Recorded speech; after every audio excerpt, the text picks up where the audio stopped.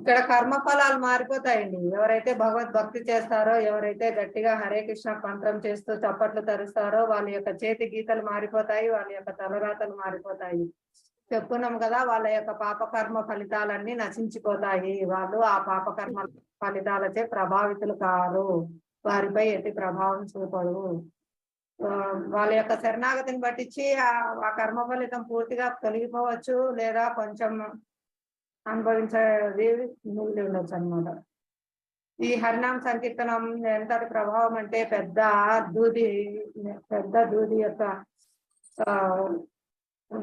పెద్ద రాశి ఉంటుంది. దాన్ని ఒక అగ్గిపుల్లతో మొత్తం కాల్ చేస్తే బూడిద కూడా లేకుండా ఎలా కాలిపోతుందో, అసలు బూడిద కూడా మిగలదండి, అలా కాలిపోతుంది అనమాట. మన యొక్క సంచిత పాప కర్మలన్నీ మనం కోటాను కోట్ల జన్మల్లో ఎన్నో కొండల్లాగా మన యొక్క కర్మ ఫలితాన్ని మోసుకొని వస్తున్నాం. దానివల్ల ఇంకా ఎన్నో అనేక జన్మలు బ్రహ్మాండాల్లో కింద లోకాల్లో పై లోకాల్లో తిరుగుతూ ఈ జన్మ మృత్యు జరా వ్యాధులు ముసల్తనం వ్యాధులు ఉన్నాం. వీటన్నీ కూడా మొత్తం సమాప్తం అయిపోతాయి. మనం వెంటనే శీఘ్రంగా నాధామం చేస్తారు వాళ్ళు అని చెప్పినారు భగవంతుడు. అది శాశ్వతమైన నాధామంలో ఆనందంగా ఉంటారు.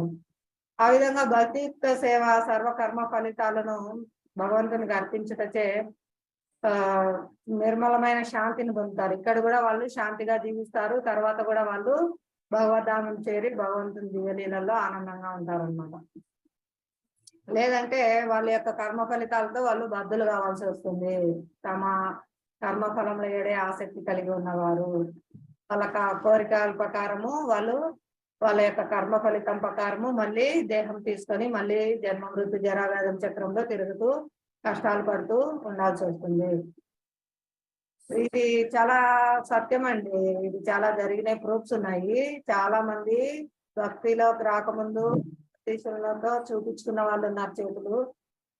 తర్వాత వాళ్ళు భక్తిలోకి వచ్చిన తర్వాత సిన్సియర్ గా సీరియస్ గా వాళ్ళు భక్తి చేయడం వల్ల వాళ్ళ యొక్క కర్మ ఫలితాలన్నీ మారిపోయాయి, వాళ్ళ యొక్క రేఖలన్నీ మారిపోయాయి. వాళ్ళు మళ్ళీ తిరిగి అదే జ్యోతిషుడి దగ్గరికి వెళ్తే మీరు ఏం చేశారు, ఏదో బలమైన కార్యం చేశారు, విష్ణు భక్తి కృష్ణ భక్తి అలాంటివి చేశారా, మొత్తం మారిపోయిందని చాలా మంది చెప్పారని చాలా భక్తులు తమ యొక్క అనుభవాలు చెప్పారండి.